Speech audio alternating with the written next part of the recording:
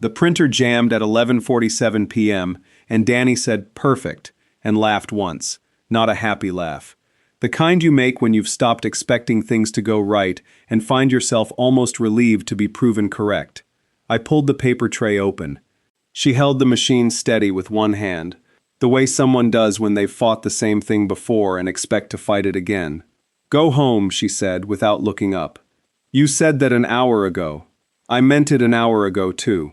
The Holloway appendix still needs the footnote formatting corrected." She looked at me. 8 months I'd been at Millhaven and Crane, and I still hadn't figured out how to read Danny Salas's face when she turned the full force of her attention on you. She had this way of looking at a person that made you feel like she was checking for a watermark in paper. Deciding whether you were the real thing. "The appendix can wait until morning. Holloway doesn't present until Thursday. You're finishing it tonight," I said. She turned back to the printer. "That's different." She didn't say why it was different. That was the thing about Danny. She said less than any person I'd worked with, and you always left the conversation feeling like you'd been told something important and just hadn't caught it yet. I cleared the jam. The machine hummed back to life. She said thank you, and it landed like a full sentence. 8 months was long enough to know the firm's hierarchy, and short enough to know that knowing it didn't tell you much. What actually told you something about a place was who stayed late, why, and with whom. Millhaven and Crane had its runners, people who left at 6 because they were behind, and then it had its thoroughbreds, people who left at 6 because they were done. Danny Salas left at 10 or 11 because she wasn't done and couldn't pretend otherwise. 3 years ahead of me on the ladder, and about a decade ahead of me in terms of what she understood about how this industry actually worked. Not the theory of it, which the firm taught fine, but the mechanics, who decided what and why, and what you left out of the official record. She had been at Millhaven 6 years. Senior strategist in 4. People said that was fast. Watching her work, I thought it had taken an unreasonably long time. I had started staying late about 2 months in. The work genuinely ran long and the junior load was real. But also, the 14th floor after 9 p.m. was the only version of this office I actually liked. No overheads, just the desk lamps and the city spread out below and a quiet that didn't ask anything of you. The building's glass was floor to ceiling, and at night the whole thing turned into a kind of aquarium. The city, the dark water outside, the two of us lit from inside. If I'm honest, and I might as well be, at this point in the telling, part of why I stayed was her. Not in any way I'd done anything about. I'm not writing this to make myself sound better than I was. She was difficult to know, and I'm not sure she wanted to be known. And the version of closeness we'd built over 8 months was the specific closeness of two people who work late in the same dark room and develop a mutual respect for each other's silence. That's what it was. But there is a kind of closeness that doesn't need conversation to feel like something. The 14th floor at 11 p.m. teaches you that. I could tell you the exact moment I understood she was the most competent person I'd ever been near. It was a Tuesday in October, my 3rd week, when she found a $3,000 error in a client reconciliation that 3 other people had signed off on, not by running it again, but by reading it once and going still. She didn't announce it. She corrected it and sent it back. I watched her do it and thought, this is someone who sees the thing other people decide isn't there. I also could tell you the moment I understood it wasn't going to be simple. It was a Thursday in November when she came in from a phone call. She'd taken it outside in the corridor, which nobody did unless they needed privacy, and she sat down and opened her laptop, and her hands were perfectly steady on the keyboard, but her jaw was doing that thing where you're deciding something. I didn't ask, she didn't offer. She worked until midnight and left, and the next morning she was entirely herself, and I filed it the way you file something you don't yet have the context to understand. I could tell you other things I'd filed. The way she positioned her laptop screen slightly, not dramatically, just a few degrees, when she shifted between her main work and whatever the secondary document was, the way she always cleared her search history before she left for the night, which I only noticed because the firm's shared research portal showed recent lookups and hers were never there, while everyone else's were. The way she arrived on certain mornings, not late, never late, but with a different quality of stillness, the kind that follows a hard conversation rather than a good night's sleep, and sat down and opened her laptop and her face was completely composed and I would think, something happened, and I would file it. The way she once took an internal call from the senior partner's office, and when she came back, she reopened a document, adjusted 3 things, and saved it immediately, and I thought later, having understood nothing at the time, that she was creating a version with a specific timestamp. The way, in 8 months, she had never mentioned anyone at home. Not in the way people do, not "my husband said" or "we were thinking about," or any of the casual personal grammar that bleeds into office conversation, whether you mean it to or not. She had simply excised it, the whole domestic vocabulary. I had noticed the absence without knowing what the absence meant. I filed a lot of things about Danny in 8 months. Tonight, they were going to make sense. The appendix printed clean, and she stacked it behind the main deck, squared the corners twice, set it in the portfolio tray. Then she opened a second document on her laptop, one she hadn't had open earlier, and angled the monitor fractionally toward the wall. "Different project?" I said. "Personal. Do you want me to—" "Stay or go," she said, "but don't hover." I stayed. I went back to the footnotes she'd said could wait until morning. At some point I offered her the rest of my cold Thai, pad see-ew, by now a solid mass in the container, and she said no, then yes, and accepted it without looking up. She ate it with a plastic fork and read whatever she was reading, and I worked and didn't ask, and the office was the kind of quiet that doesn't need filling. Her phone, face down on the desk, lit up once. She glanced at it and left it. 3 minutes later, again. She left it again. The third time, she picked it up, read the screen, and set it down facing the desk surface. Not on the desk, pressed to it, like she was covering the light deliberately. Her jaw moved the way it had in November. Someone deciding something they've already decided. "Not urgent?" I said. "Not anything I'm answering at midnight," she said. It was approaching 1 a.m. when she pushed back from her desk and said she needed to pull physical files from the archive room. 2 doors down, filing cabinets, a dead printer from 2009, recycled air and the smell of old paper. "Third cabinet on the left," she said, hanging folders labeled CCFY21, Q3 and Q4 disbursement summaries. The ones labeled internal. The ones labeled internal.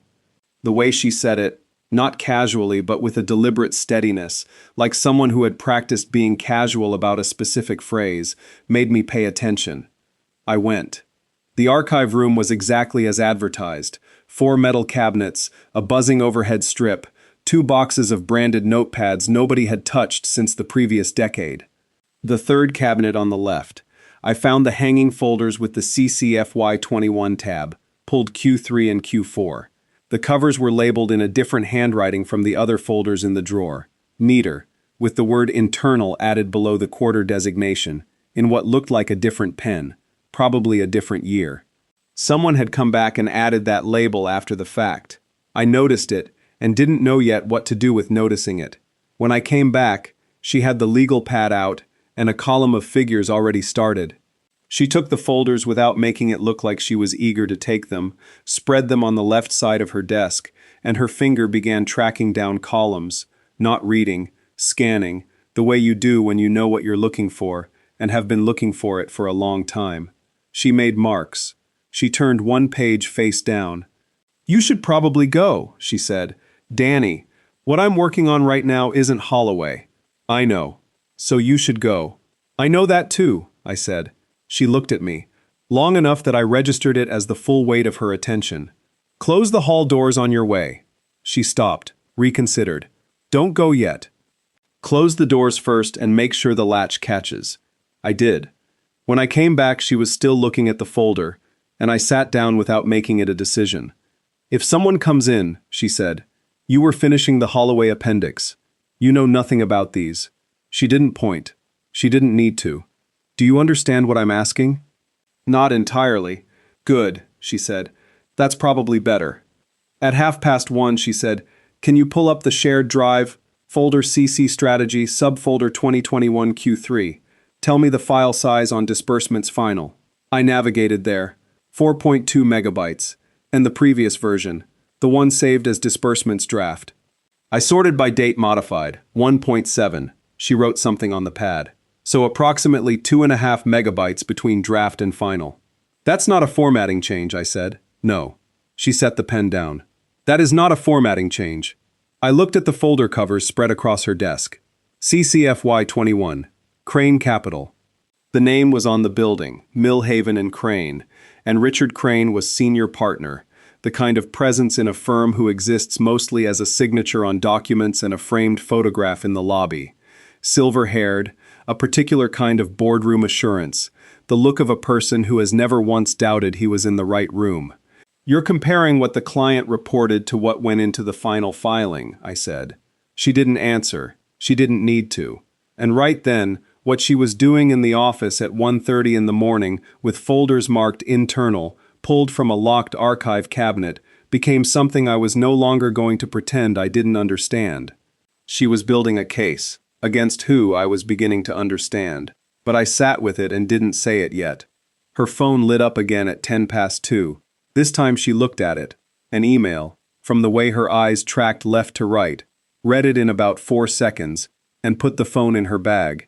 Not on the desk, in her bag. When did you start? I asked. She didn't pretend not to understand the question. January. Before you joined. How long to finish? Tonight. A pause.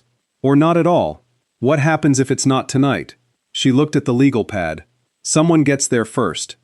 Someone who would prefer the picture to stay unpainted, and that someone has access to the same records I do, which means the window for a complete accounting is closing. She turned her pen in her hand.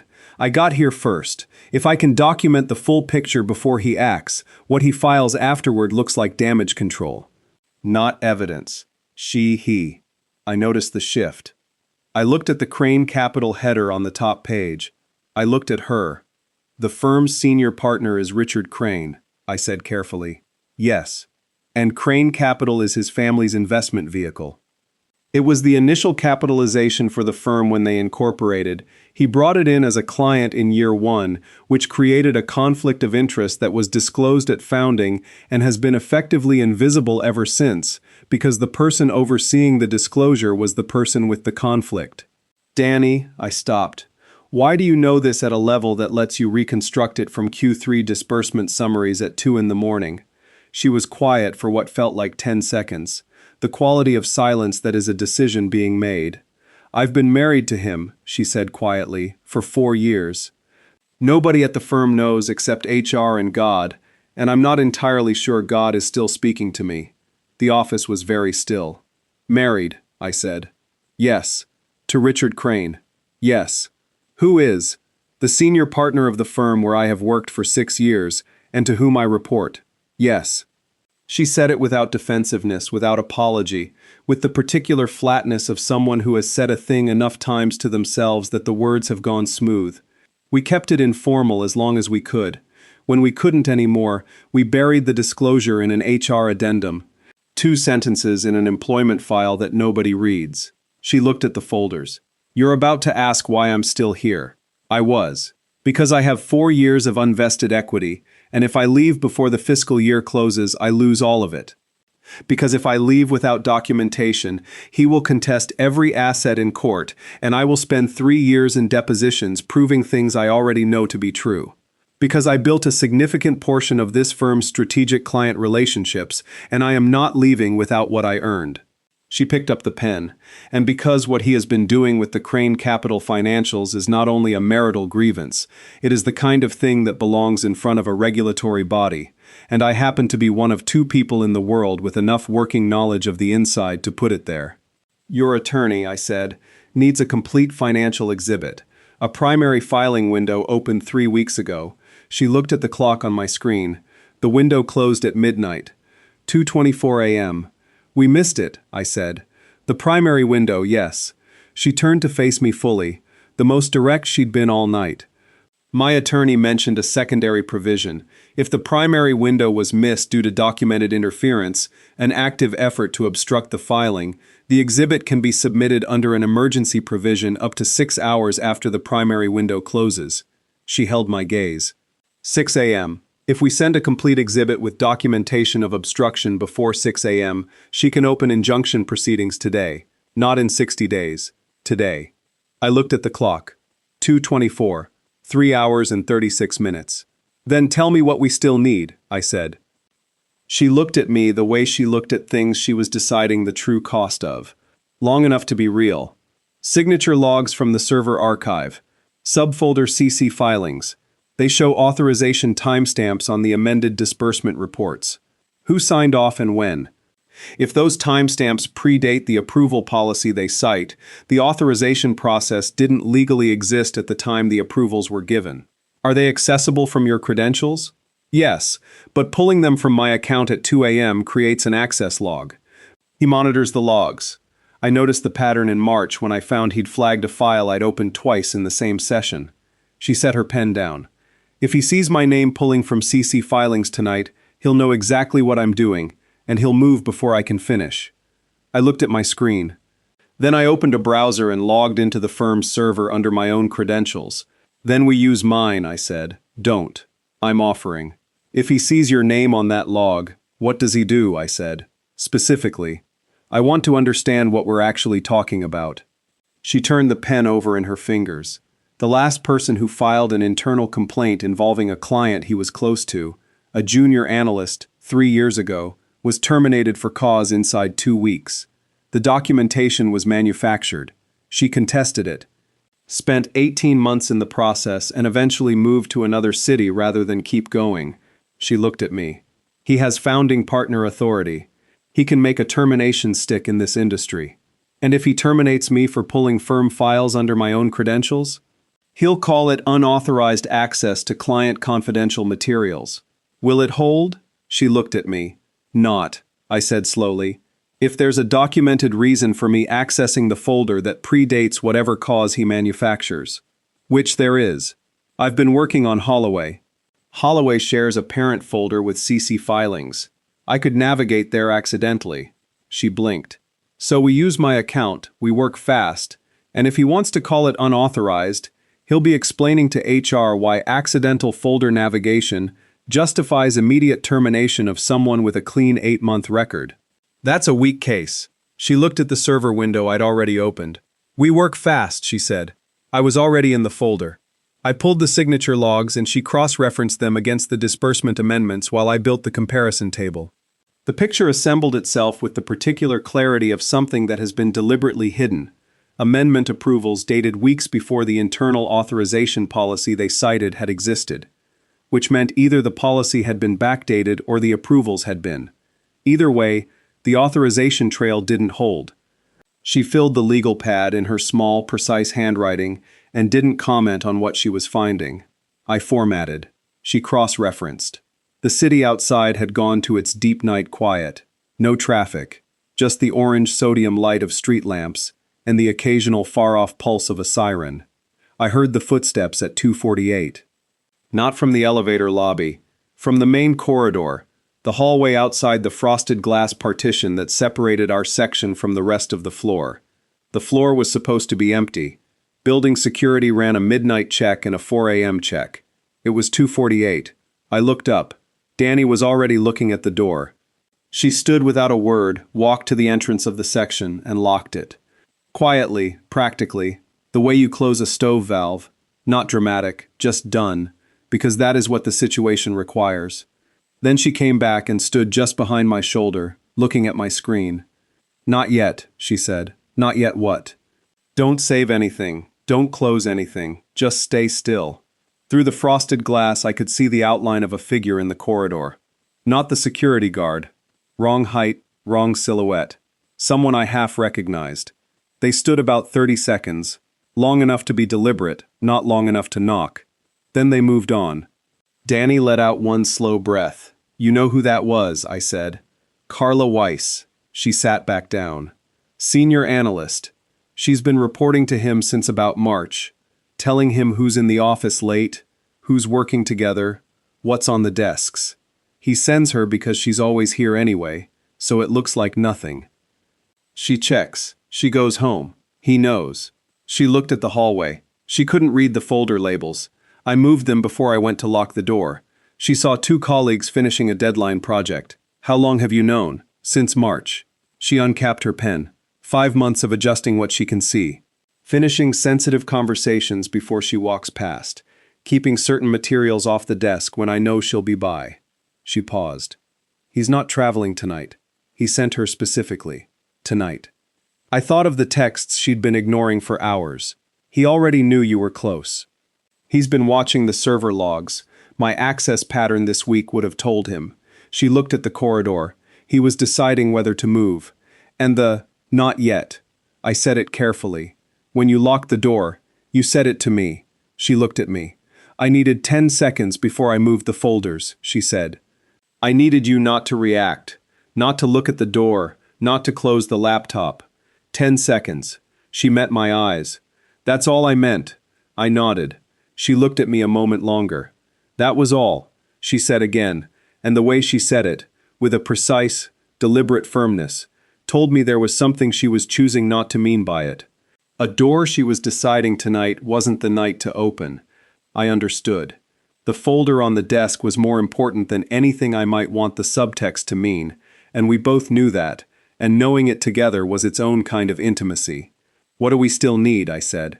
She turned back to the legal pad. We worked for 2 more hours.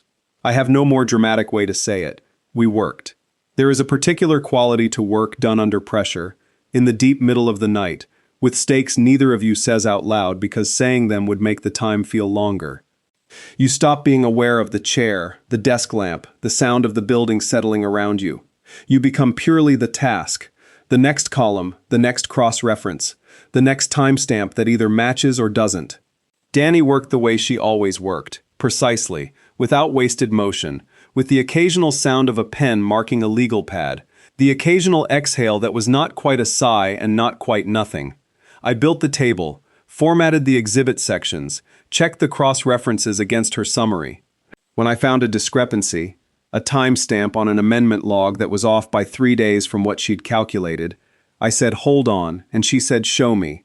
And we both looked at it, and she said, the log shows the authorized date, not the signed date, and pulled a second folder, and there it was, signed 3 days after the authorized date, which meant the policy had been applied retroactively to cover a decision already made. She wrote it into the summary in 2 sentences. It took 45 seconds, and we kept going. Danny rebuilt the full narrative from the cross-reference documents. Amendment approvals issued under a non-existent policy. Disbursement records that diverged between draft and final by an amount that was not formatting. Authorization trails that broke at their most critical points. She constructed a 4-page summary that turned 87 pages of financial records into something any person could read in 8 minutes and understand completely. I formatted the exhibit, built the appendices, checked every cross-reference, numbered the pages.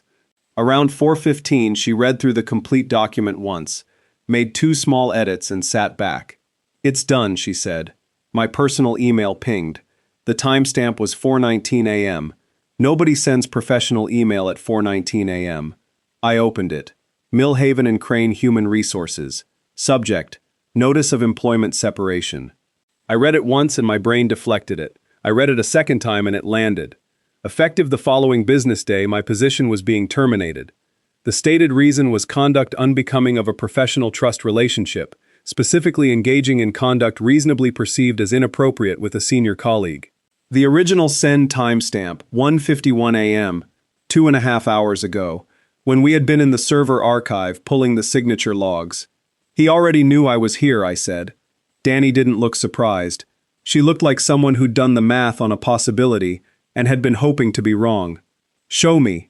I held out the phone. She read it. Her face didn't change. She handed it back. He was going to send this regardless of tonight, she said. He's been building a file on you. No inflection, just accuracy. You are leverage. If he has your career in his hand, he has something to hold over me. She paused. He knows you matter to me. She said it directly, watching my face. That's why the file exists.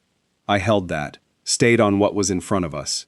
He sent this at 1:51, 8 minutes after the last text to your phone. Yes. He wasn't waiting to see what Carla found. He'd already decided to move. He saw the access pattern this week and he knew I was close to finishing. He decided to use you as the reason to shut it down before I got there. She looked at the exhibit file on her screen. But here is what matters. He sent your separation notice while I was actively compiling a legal exhibit against him. His notice is timestamped 1:51 a.m., We will submit this exhibit before 6 a.m. The sequence is documented in the metadata. I looked at the screen. 87 pages. He moves to terminate a witness, I said slowly, while the witness is helping build the case. And we can prove the sequence with timestamps. Yes. That's not a defense. No. She picked up her pen one more time. That is a counterfiling. She opened a new email, addressed it to her attorney.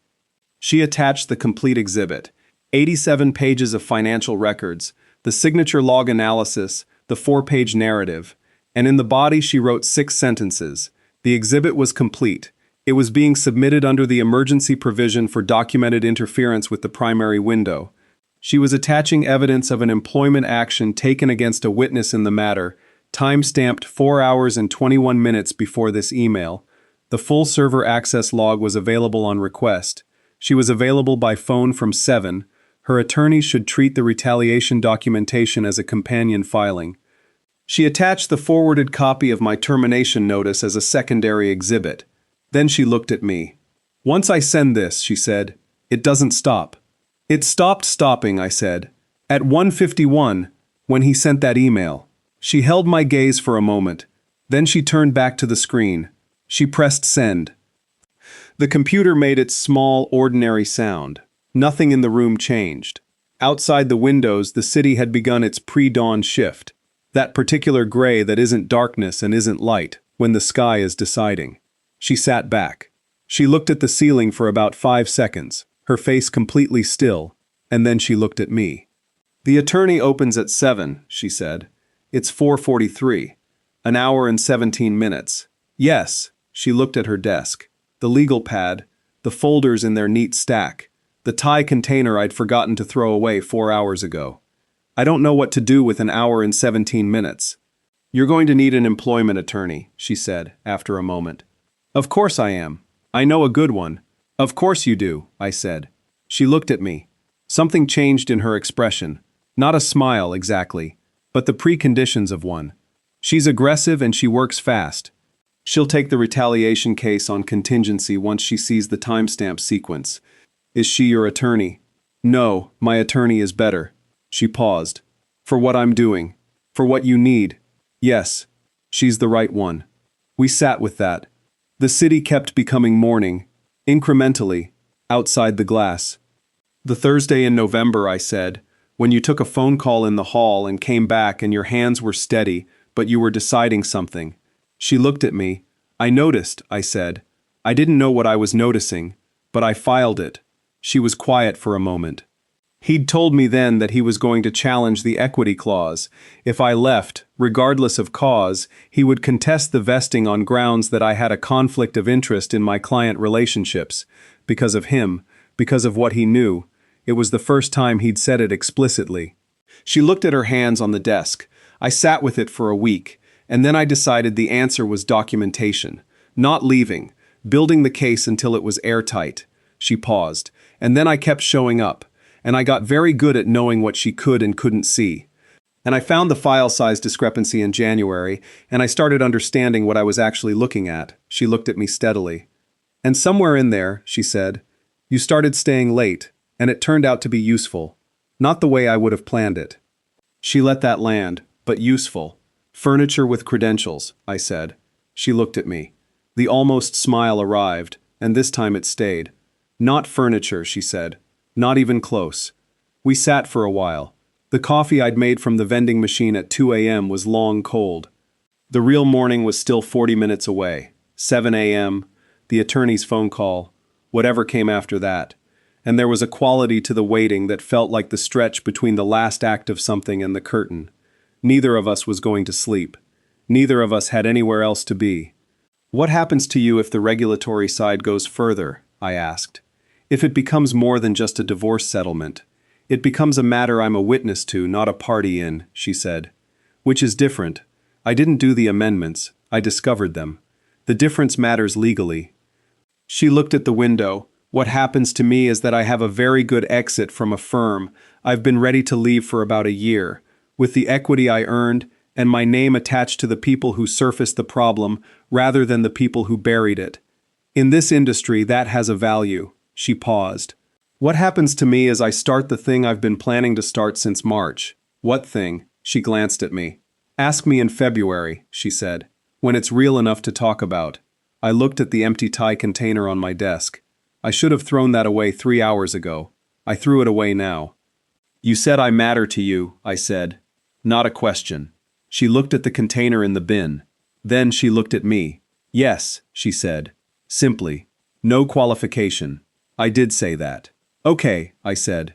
Okay, she said. And the morning kept deciding itself outside the windows, and neither of us said anything else, and it was enough. At 7:03 her attorney called. At 7:11 she called again with something she needed confirmed. At 7:30 Danny was in the small conference room, door closed, voice too quiet to hear from my desk. I made coffee, real coffee, from the kitchen, and left a cup outside the door. At 9 a.m., Richard Crane walked past the glass partition, silver-haired, boardroom handsome, moving with the particular unhurriedness of a person who still believes he is the most important one in any room he enters. He went directly to the executive corridor without looking at the floor. Within 10 minutes, 2 men I didn't recognize, outside counsel, you can tell by the suits, the firm's own attorneys dressed differently, were in the senior conference room with him, and the door was closed. His attorneys had been briefed before he arrived. He was managing a response, not launching one.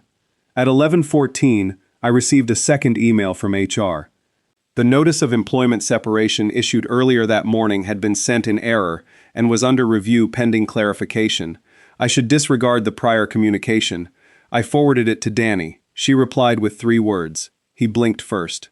I will not tell you it resolved quickly, because nothing like this does. There were 4 months of proceedings. Filings, counter-filings, a deposition in which I spent 3 hours explaining a single night and answering questions about server timestamps. Danny's equity was contested, and then, when the financial exhibit became part of a separate regulatory review, became a great deal less contestable. The amended disbursement records, the 2.5 megabytes added between draft and final, turned out to be exactly what they looked like. Unauthorized adjustments routed to an account that did not appear in any Crane Capital disclosure. That crossed from a divorce proceeding into a regulatory matter. Once it became a regulatory matter, it was no longer something Richard Crane's personal attorneys could manage by making one junior associate's career inconvenient. His name came off the building in December. The official language was restructuring of senior partnership. What it meant was that the partnership had reviewed the regulatory findings and decided what Richard Crane now cost versus what he was worth. I kept my position, partly because the retaliation case made terminating me legally untenable, and partly because, once the picture became clear, there was a firm interest in having someone who knew exactly what those folders had contained. They gave me Danny's title when she left. She didn't need it. She left the month the regulatory review formally opened, with her equity secured and the settlement on terms her attorney called favorable, in a way that meant she'd won. Whatever she was building next, she didn't tell me for another 2 months. Until she appeared at my desk on a Tuesday morning in February with a folder and a coffee, the good kind, from the place on Meridian, not the building machine, and said, I'm starting something. I need someone who understands the inside of this industry, someone I can trust with the sensitive work. I looked at the folder. I looked at her. You're asking me. I'm asking, she said, the only person I've ever had to ask twice to leave. I took the coffee. I set the folder down without opening it. Ask me properly, I said. She looked at me, the full look, the watermark-finding look I'd been trying to read for the better part of a year, and she said, Please stay. I stayed. Have you ever stayed in a room when every sensible part of you was telling you to leave, and only understood later that the staying itself was the entire point, that the person you stayed for had been watching to see whether you would? And have you ever found out that someone had been protecting you in ways you never thought to look for, quietly, at real cost to themselves, without ever telling you, and thought about all the moments you were there and didn't notice? Leave your answer below. If this story found you tonight, maybe that means something. Subscribe so you don't miss what comes next.